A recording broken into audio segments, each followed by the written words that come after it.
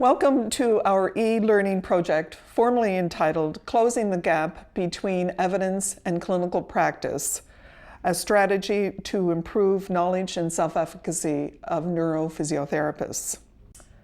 My name is Marilyn McKay-Lyons, and I'm a professor in the School of Physiotherapy at Dalhousie University in Halifax. And my colleague, Marianne Thornton, is a stroke educational coordinator at the Champlain Stroke Network in Ottawa.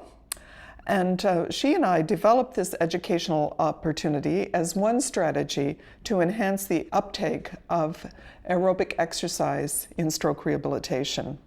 Now, I emphasize that this is only one strategy because we realize that many strategies are necessary in order to have effective change in the culture of practice.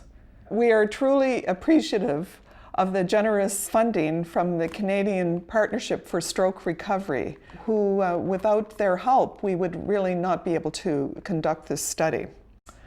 The Aerobics program is divided into 4 learning modules, each of which has several specific learning objectives attached to it.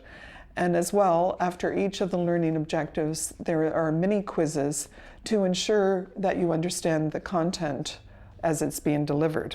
The first module is entitled Self-Management and Behavior Change.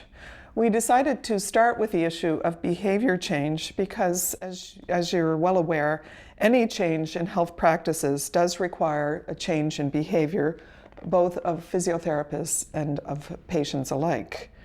The self-management piece is equally important given the importance of enhancing self-efficacy for exercise.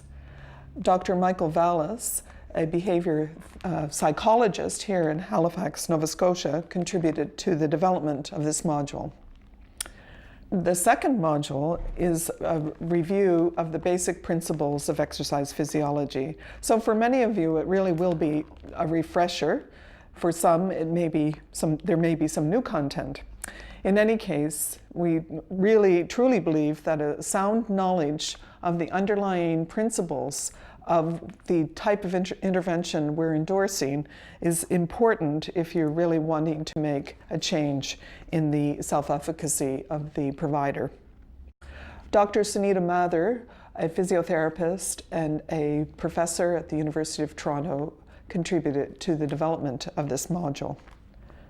The third module deals with the screening for safe and effective use of aerobic exercise after stroke. Much of the content of this module and the last module, the fourth module, has come from the aerobics document we developed and published a couple of years ago, and aerobics referring to aerobic exercise recommendations to optimize care after stroke. So the fourth and last module then is about prescribing safe and effective aerobic exercise after stroke. A couple of points are important for you to understand as you begin these modules. The first one is that this is a research project, and as a participant in this study, you have the opportunity, and we hope you do use it, to provide feedback on ways that we might improve the content of any of the modules.